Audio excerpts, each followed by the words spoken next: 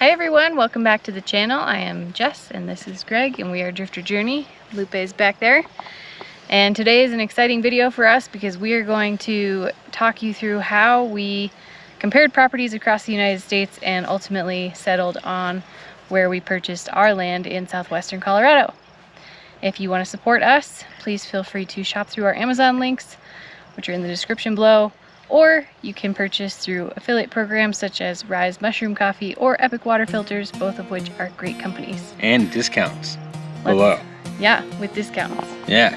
Let's get to it.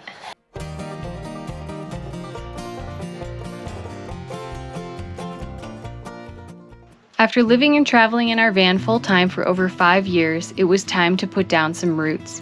Our sense of wanderlust had been satisfied and we started to yearn for our own dirt to garden and enough space to nourish creative ideas. The hardest part of our property search was narrowing down our focus to specific locations.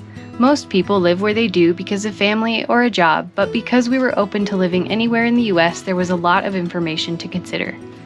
We started by listing attributes such as state property tax rate, income tax rate, availability of raw land, grow zone for gardening, affordability and cost of living, as well as things we like to do, such as hiking, fishing, hunting, and other outdoor recreation opportunities like hot springs. In our travels, we'd seen many parts of the country and narrowed it down to our favorite areas.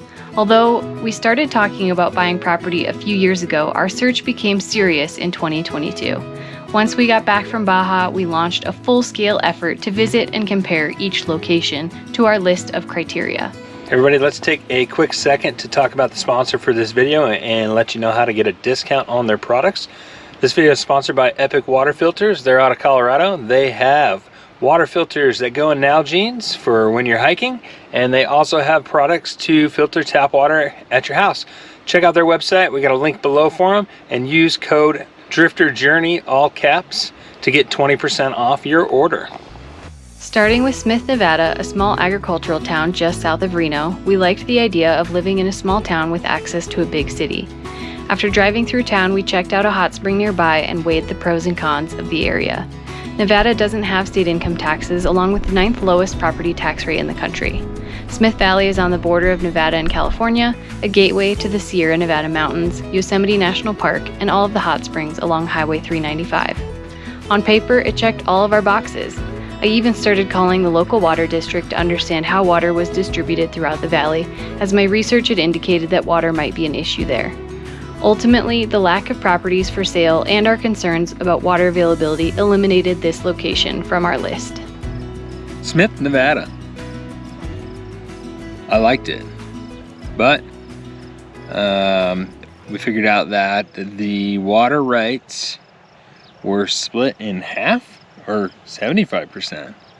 So they were doing where Reno was trying to take up all the water rights, and these rural people were losing water rights. So we were a little concerned that if we bought a little 5-acre plot out there, that, you know, even though 1 acre foot is an insane amount of water, I think it actually knocked them back to a 1/4 acre foot, which is still a large amount of water, but we were concerned if it keeps perpetuating in the long term that they just take away their water. And it did say that they were talking about putting meters on the wells out there, and it would be the owner's responsibility to put the meter on their own well at their own cost. So I don't know, I just didn't like where it was going. Due to the lack of income taxes and very low property taxes, a few locations in Wyoming were at the top of our list. About 50 miles east of Yellowstone National Park, Cody, Wyoming intrigued us as a classic western town complete with a rodeo arena. We visited a natural spring that was definitely not hot enough for a relaxing soak, as we considered the aspects of living here. Although beautiful, Cody's popularity with people from out of state had grown in recent years, causing land prices to go up. There wasn't much available on the market, and we decided that the growing season would be too short for our homestead. Ultimately, in hindsight, we are glad we did not settle in Cody because we decided that the winters are probably far too long for our comfort. Too many grizzly bears. And there's also not really a ski area nearby, and that is something that if we're gonna deal with winter, we would appreciate a nice ski area. So. And their hot spring was lukewarm. We also considered Thermopolis, Wyoming, which is near the center of the state and home to a public bathhouse that has a natural hot springs pool. Other than the hot springs itself, Thermopolis was affordable and within a few hours of multiple areas for outdoor recreation like Bighorn National Forest and the Bridger-Teton National Forest.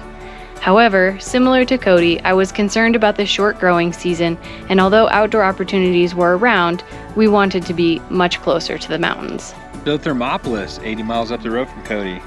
It's kind of out in the middle of nowhere.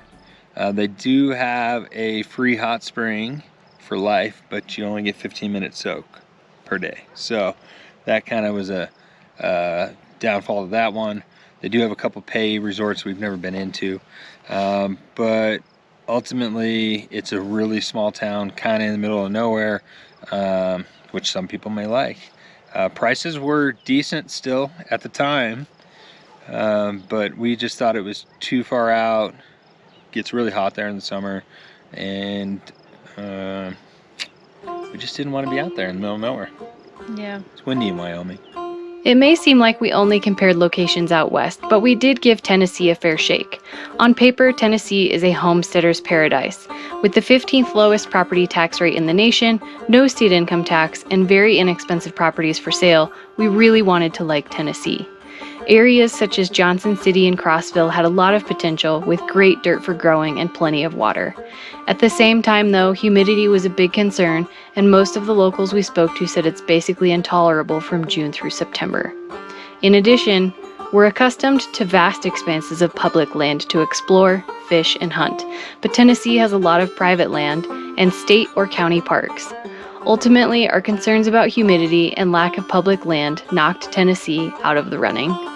Tennessee was a really strong contender for us, but ultimately when we got there, it was just too darn humid and I can't handle it. Yeah, it's unfortunate. Other than that, it's got all kinds of good stuff going for it. Yep. So maybe if you don't want public land, go check out Tennessee.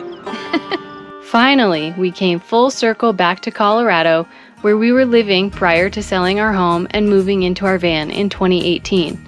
We had enjoyed previous trips to Southwest Colorado for hot springing and mountain biking and had looked at buying property in the Durango or Pagosa Springs area for many years. After driving all over the country, it was really validating to come back and know that this was the place for us. With natural hot springs, the largest wilderness in the state, and a small town vibe, the fact that land was still affordable was our sign to start looking for our own piece of paradise.